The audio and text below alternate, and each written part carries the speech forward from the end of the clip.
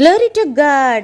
ஏற்கனவே கணவனை இழந்து வெறுமையாய் போன வாழ்க்கையில் இப்போ பஞ்சத்தின் கொடுமையால் ஒருவேளை சாப்பாட்டுக்காக ஒரு பிடி மாவும் கொஞ்சம் எண்ணெயும் மட்டுமே இருந்தது. அடுத்து சாப்பாடே இல்லாமல் தானும் தன் மகனும் சாவை எதிர்பார்த்து கொண்டே இருக்க வேண்டியதுதான்.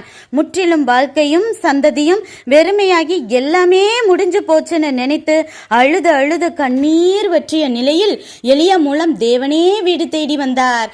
இருக்கிற மாவுல 2-3 அடையே செய்ய முடியுமான்னு தெரியல.